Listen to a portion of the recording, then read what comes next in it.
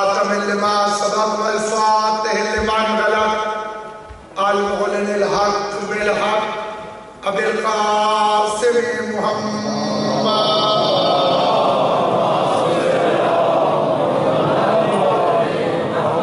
واهل بيته الطيبين الطاهرين المعصومين المنتجبين المظلومين الذين اذهب الله عنهم الرجس وطهرهم تطهيرا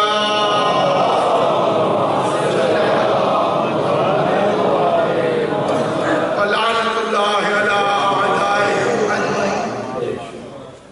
أما بعد قال سبحانه وتعالى في كتابه المبين بسم الله الرحمن الرحيم صراط الذين أنعمت عليهم صلوات بلند آواز سے محمد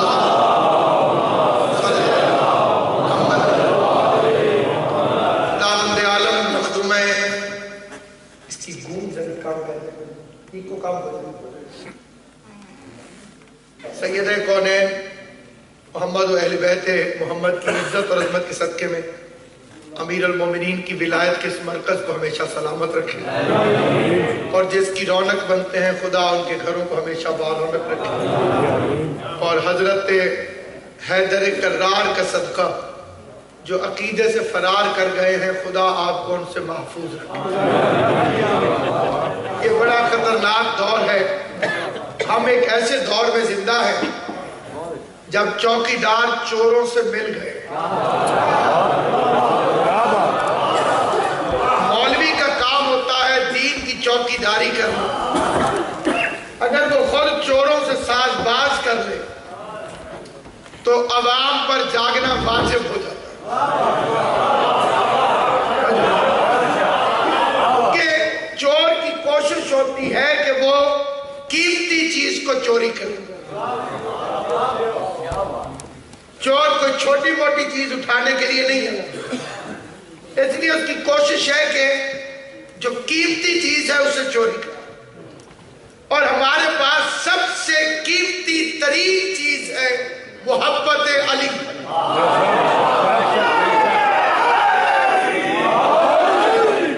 یہ دنیا دیکھ چکی ہے کہ کوئی چیز ایسی نہیں کہ جو ان سے چھن جائے اور یہ ختم ہو جائے.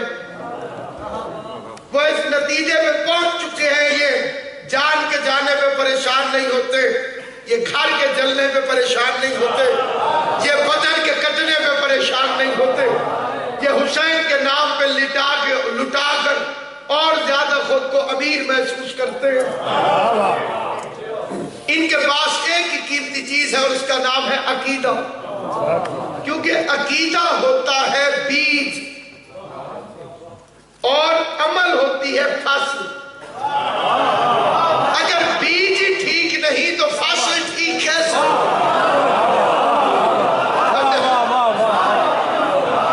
اگر انسان کے پاس جو عقیدہ ہے، کیونکہ عقیدے کا مطلب بھی عربی زبان میں بیج،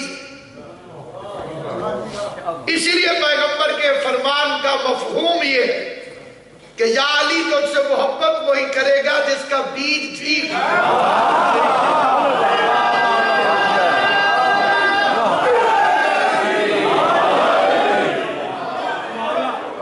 اور آپ زمینوں زباں سے پوچھ، جو ہو قلم کرسی اور آسمان سے پوچھ، اور تیرے کسی کے دل میں جو حب علی نہیں، بچہ کہاں سے آیا ہے؟ بچے کی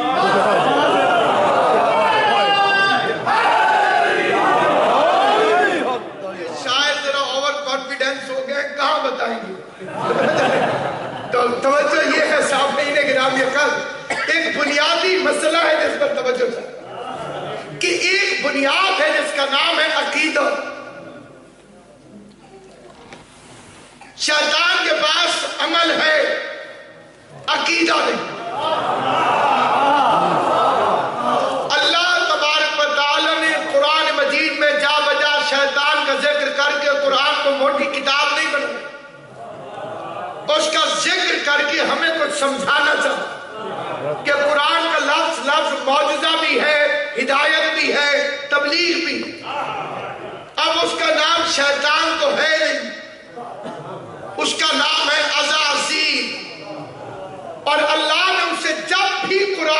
پکارا اسے ابلیس کا ماں منع کا یا ابلیس ہو، اے ابلیس تجھے کس نے منع کیا اسے سجدہ کرنے سے؟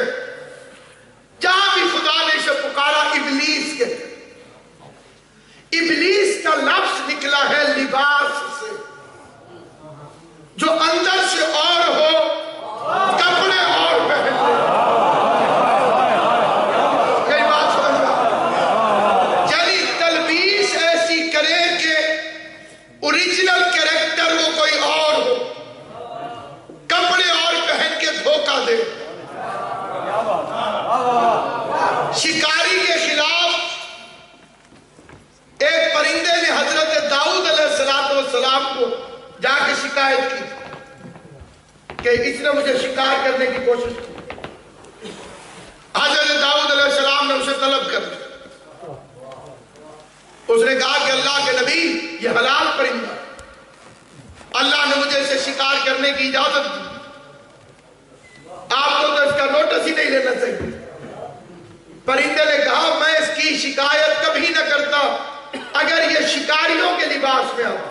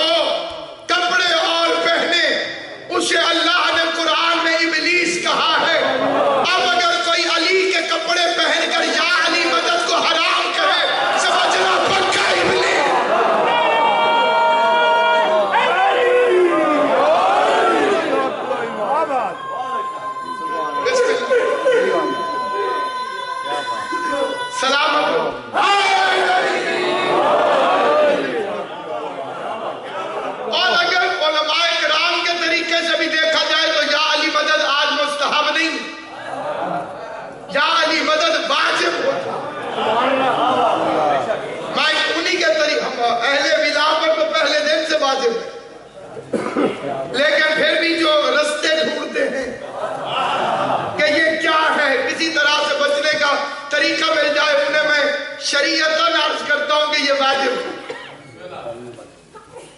یہ مرغی کا گوشت کھانا واجب نہیں۔ اگر مرغا نہ پکائے تو خدا ناراض نہیں ہو،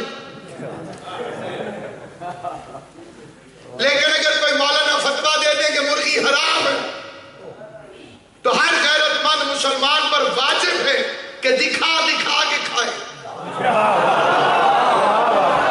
کیونکہ اللہ نے کی تھی حلال، اب اس نے کہہ دی حرام۔ یا علی مدد اگر مستحب بھی تھا، جب سے کسی ملعون نے کہا کہ حرام ہے، ہر حلالی پر واجب ہے، اٹھتے ہوئے یا علی مدد کہے گا۔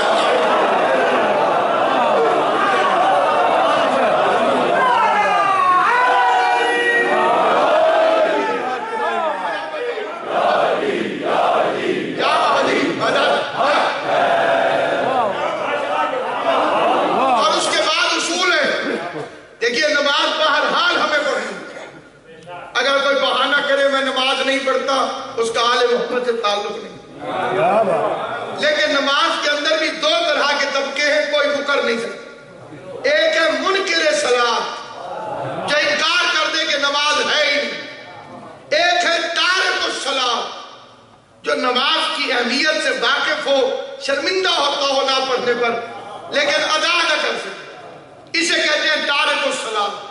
اس کی بخشش کی گنجائش ہے، کیونکہ یہ تو آپ نے بچپن سے سن رکھا ہے کہ حقوق دو طرح کے، حقوق اللہ اور حقوق العباد۔ حقوق اللہ کا مطلب ہے اللہ کے رائٹس، حقوق العباد کا مطلب ہے عباد کے بندوں کے رائٹس۔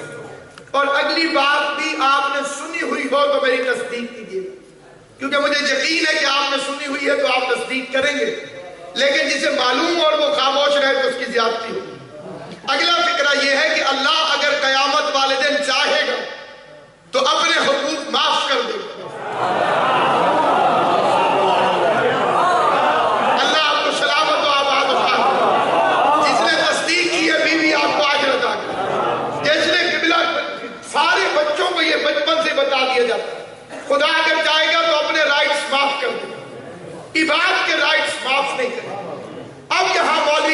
قربانی کی، اس نے عباد بتائے نہیں کہ وہ کون ہے، کیونکہ اللہ کے رائٹس کون سے ہیں؟ نماز اللہ کا حق ہے، روزہ اللہ کا حق ہے۔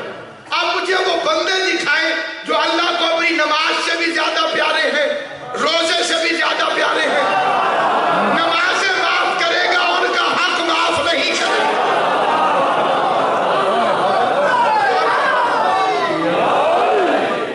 اور بڑا میں آپ سے التماس کرتا ہوں کہ غصہ اگر کسی کو آئے تو غصہ ہونے کی بجائے وہ پیار سے پوچھ لے گا، جب تک مطمئن نہیں ہوگا میں حاضر خدمت ہوں، میں اسے دلیلیں عرض کرتا رہوں گا کہ وہ عباد کون سے ہیں جن کے حق اللہ کو نماز روزے سے زیادہ پیار، جن کا رائٹس اللہ کو اپنے رائٹس سے زیادہ پیار، چاہے گا تو اپنے حق معاف کر دے گا، ان کے حق معاف نہیں کرے گا، نماز معاف کر دے گا، وہ معاف نہیں کرے گا۔ وہ پہلا عبد ہے مصطفیٰ، اشہد ان محمدًا عبدہ، یہ کائنات میں پہلی اور آخری شخصیت ہے میرا نبی جن کے اس میں گرامی کے ساتھ عبدہ ہے، علی بھی عبدہ نہیں۔ میں بڑی توجہ سے آپ کرنا، پوری کائنات میں ایک میرا نبی ہے جس کے اس میں گرامی کے ساتھ عبدہ ہے، باقی عبد ہے یہ عبدہ ہے۔ اشہد ان محمدً عبدہ، جو صرف اس کا عبد ہے وہ مصطفیٰ۔ علی خالی اس کا عبد نہیں، علی تو محمد کا بھی عبد ہے، اسی لیے تو کہا ہے انا عبد من عبید محمد، اور عبد کا اپوزٹ لفظ ہوتا ہے رب۔ اب اس میں کوئی دیکھیے لغت کا کوئی سیکٹ نہیں ہوتا، لغت نہ شیعہ ہوتی ہے نہ سنی ہوتی ہے نہ موالی ہوتی ہے نہ مقصر ہوتی ہے، لغت خالی لغت ہوتی ہے، عبد کا اپوزٹ لفظ ہے رب۔ علی فرماتے ہیں انا عبد من عبید محمد، میں محمد کے عبد میں سے ایک عبد، یعنی علی کے جو کائنات میں رب ہیں وہ دو ہیں، پہلا محمد دوسرا اللہ۔ توجہ ہے یہ؟ اسی لیے تو اللہ رب الارباب ہے، وہ ربوں کا بھی رب ہے، اور رب کہتے ہیں باپ کو بھی، رب کہتے ہیں ماں کو۔ یہ 15واں پارہ ہے سورہ بنی اسرائیل، کما ربیانی صغیرا، خدایا میرے ماں باپ پر رحم کر جیسا کہ انہوں نے رب بن کر، اور ہے یا نہیں؟ ابا جی کو رب کہو مولوی کو تکلیف نہیں ہوتی، علی کو رب کہو تو موت آتی۔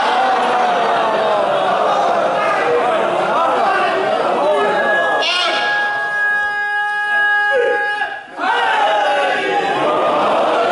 دیکھیے رے کے عدد ہوتے ہیں 200 اور بے کے ہوتے ہیں 2، اور رب کا ٹوٹل نکالیں اعداد کی روشنی میں تو 202 بنتا، محمد کے 92 اور علی کے 110 جمع کریں تو یہی بنتا۔ اگر 92 اور 110 کو جمع کریں تو پھر 202 بنتا۔ تو سامعین گرامی قدر، اگر کوئی اس سینس میں میرے مولا کو رب کرے، یعنی جو عرب ممالک میں رہتے ہیں، آپ کے بھی تعلقات ہوں گے، ان سے پوچھ کر دیکھیں، وہاں اکاؤنٹ ہولڈر کو کہتے ہیں رب المال۔ اس پر کسی مولوی کا آج تک فتویٰ نہیں آیا کہ یہ شرک ہے۔ اکاؤنٹ ہولڈر رب المال کہلا سکتا، اور جو ساری کائنات کو اپنے ہاتھوں سے رزق بانٹ، اگر اس سے کوئی رب کہہ دے تو تکلیف ہو جائے۔ یہ رب ہے اور وہ اس کا بھی رب ہے، اسے یہ سجدے میں جھک کے کہتا ہے میں علی ہوں تو اعلیٰ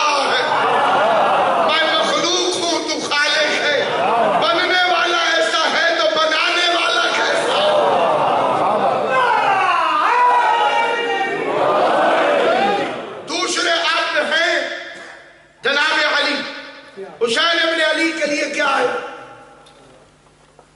کہ حضرت ابراہیم علیہ السلام پروردگار سے کہہ رہے تھے خدایا مجھے دکھا تو مردوں کو کیسے زندہ کرے گا. اب آج قدرت علم تو مینو تجھے ایمان نہیں ہے. گھبرا کے کہہ لگے یطمئن قلبی ایمان ہے لیکن اطمینان چاہتا ہوں. معلوم ہوا ایمان اور ہے اطمینان اور. ایسی مثال دوں گا بچوں کو بھی سمجھ آ جائے. جنت پر ایمان سارے مسلمانوں کو ہے, اطمینان صرف ماتم کرنے والوں.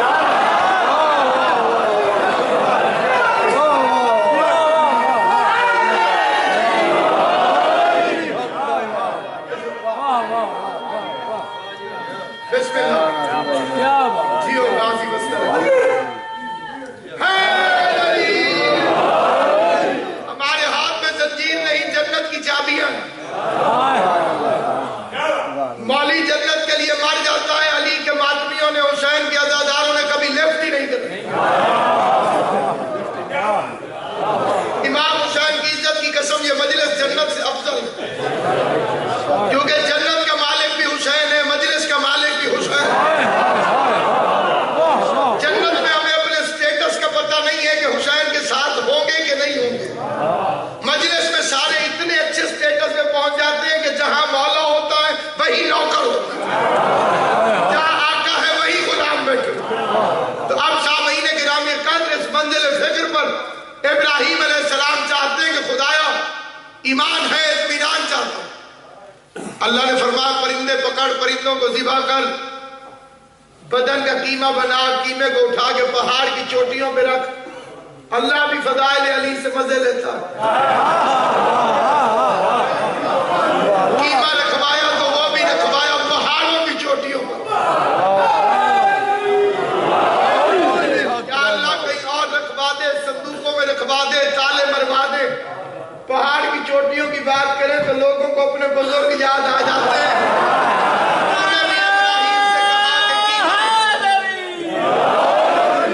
قیمہ پہاڑوں کی چوٹیوں پہ رکھ, نیچے کھڑے ہو کے آواز دے. پرندے مردہ تھے, قیمہ بن چکے تھے, بلانے والا چھوٹا نبی تھا, لیکن قیمے بنے ہوئے پرندوں میں بھی غیرت تھی کہ نبی بلائے تو آ جاؤ.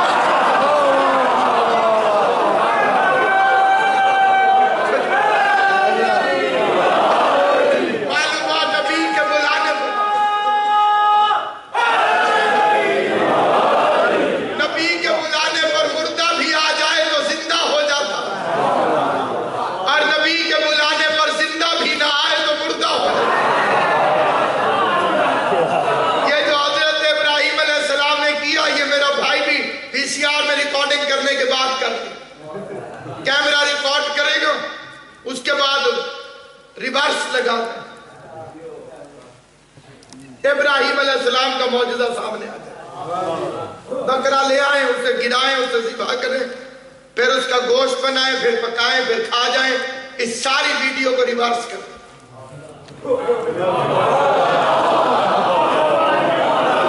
ایمان چاہتا ہوں, ایمان ہے اطمینان چاہتا ہوں, ایمان ہے اطمینان چاہتا ہوں. قیامت تک فکرہ پڑتا رہو, میرا کلیجہ ٹھنڈا نہیں. ابراہیم فرماتے ایمان ہے اطمینان چاہتا ہوں. ابراہیم اطمینان ڈھونڈ رہے تھے, تو جو اطمینان ڈھونڈے وہ ابراہیم ہوتا ہے. اور اللہ جسے نفس مطمئنہ کہے وہ حسین ابن علی. اے نفس مطمئنہ, ابراہیم کون جو خدا سے کہتے رب جعلنی مقیم الصلاۃ. روایت ہوتی تو دنیا کا کوئی مولوی ہمیں نہ پڑھنے دیتا. قرآن کی آیت ہے تو اب کوئی مکر نہیں سکتا. ابراہیم فرما رہے پروردگارا مجھے صلاۃ قائم کرنے والا بنا.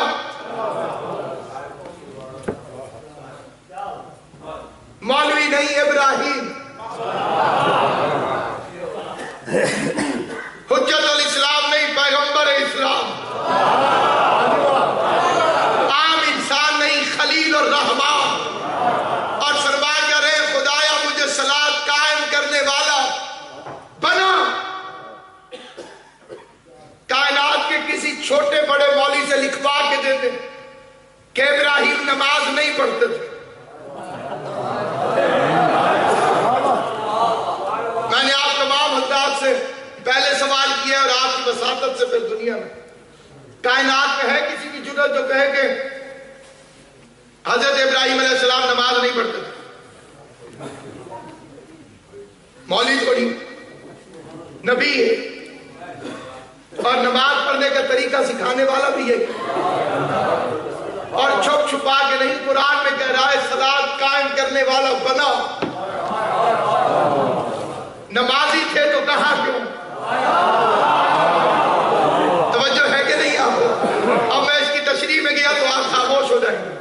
اشارہ کر کے آگے چلا جاتا.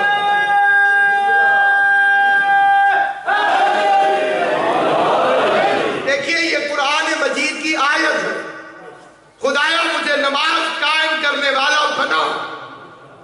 اور ہے ابراہیم. یا تو کوئی مولوی یہ کہے کہ ابراہیم نمازی نہ تھے. اگر تھے تو آیت قرآن میں کھڑی ہے. فضول گفتگو نبیوں کو زیب نہیں دیتی. ناجائز فکرہ تھا تو اللہ نے قرآن کیوں بنایا؟ اللہ نے ابراہیم کے فکرے کو قرآن میں رکھ کے رہتی دنیا تک اصول قائم کر دیا کہ یاد رکھنا پڑھنے والی اور ہے قائم کرنے والی اور.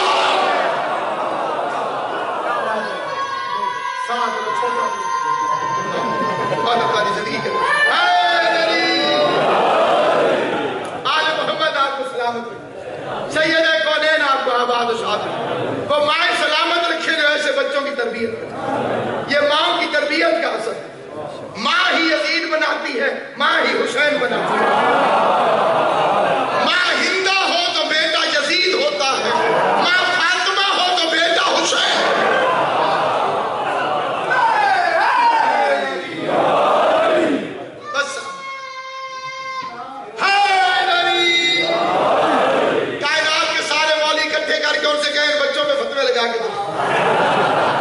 یہ بچے نہ قانون کی ذات میں آتے ہیں نہ فتوے کی ذات میں آتے ہیں. جو بالغ ہونے کے بعد واجب ہو اسے شریعت کہتے ہیں. جو ماں کی جھولی سے واجب ہو اسے علی کی ولایت.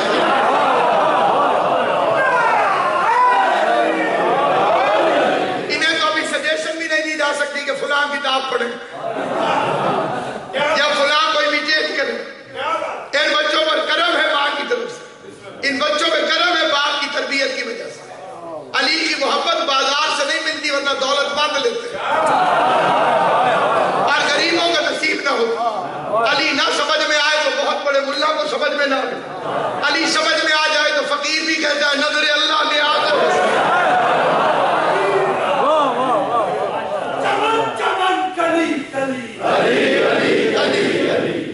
سارے مل کر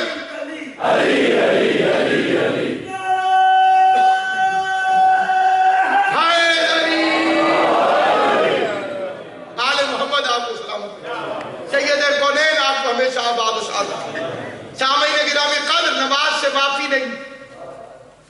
ہم ایسے امام کو مانتے ہیں جس نے پیغمبر کی پشت پر بیٹھ کر عبادت کو مختصر نہیں کروایا.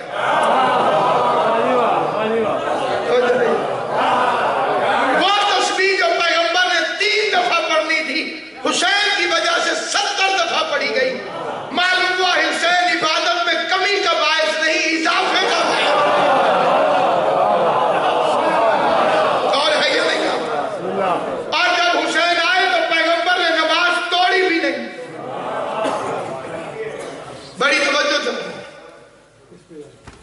یا تو کچھ حضرات کا انداز ہی ایسا ہے کہ وہ ایسا لگ رہا ہے کہ جیسے بہت غصے سے دیکھ رہے ہیں لیکن باقی رب جانے حسین جانے.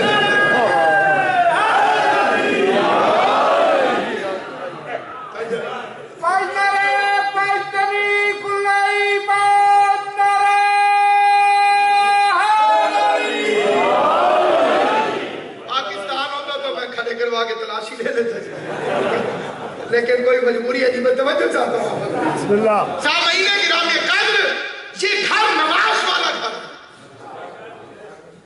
پیغمبر کی پشت پر حسین بیٹھے. حضور نے نماز توڑی نہیں. توڑ دیتے تو اس کا مطلب یہ تھا کہ نماز کی کوئی اہمیت نہیں، پھر پڑھی جائے گی۔ اور نمازی وہ ہے جو سورج کو پلٹا سکتا ہے۔ آقا کریم نے، نبیوں کے سردار نے سجدے کو طول دی، جو تسبیح 3 دفعہ پڑھتی تھی وہ 70 دفعہ پڑھتی، 3 معراج حسین کے نیچے تھے، 3 معراج حسین کے نیچے تھے۔ نماز پڑھنے والا صاحب معراج، سجدہ نماز کی معراج، نماز مومن کی معراج۔ میں نے روئے زمین پر آج تک ایسے شیعہ تو دیکھے کہ جن کے عقیدے میں یہ چیز آ چکی ہے کہ علی کا نام نماز میں نہیں آنا چاہیے، لیکن میں نے آج تک ایک شیعہ بھی نہیں دیکھا جس کے عقیدے میں ہو کہ معراج میں علی نہیں تھا، معراج میں پیغمبر گئے تو پردے کے پیچھے ابو طالب کا بیٹا علی موجود تھا۔ تو میں ہاتھ جوڑ کے منت ضرور کرتا ہوں کہ نماز ہے مومن کی معراج۔ جب محمد کی معراج علی کے بغیر نہیں ہوتی تو مومن کی معراج علی کے بغیر ہے۔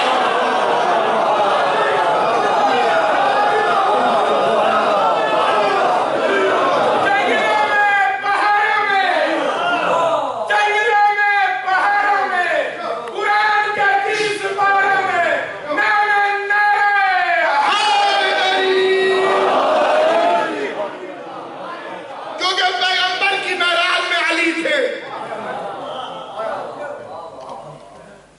اور لکھا ہے کہ پہلے ادھر سے آواز آئی، حضور نے مڑ کے نہیں دیکھا، پھر ادھر سے آواز آئی، حضور نے مڑ کے نہیں دیکھا۔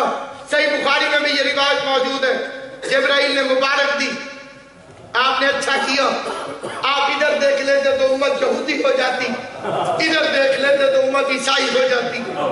نماز مومن کی معراج ہے، ادھر ادھر دیکھنے کی کوشش نہ کرو۔ آگے چلے تو نبیوں نے روک لیا، آقا ہمیں نماز پڑھائیں۔ یہ نماز تو زمین پر ہوتی، بعض روایتوں کے مطابق 4تھا آسمان اور بعض روایتوں کے مطابق 6واں آسمان، اور انبیاء رک گئے امام الانبیاء کے سامنے۔ آقا دو جہان سے کہہ رہے ختمی المرتبت ہمیں نماز پڑھو۔ پیغمبر نے فرمایا اے عیسی ابن مریم، کہ مریم کا بیٹا عیسیٰ کہاں ہے؟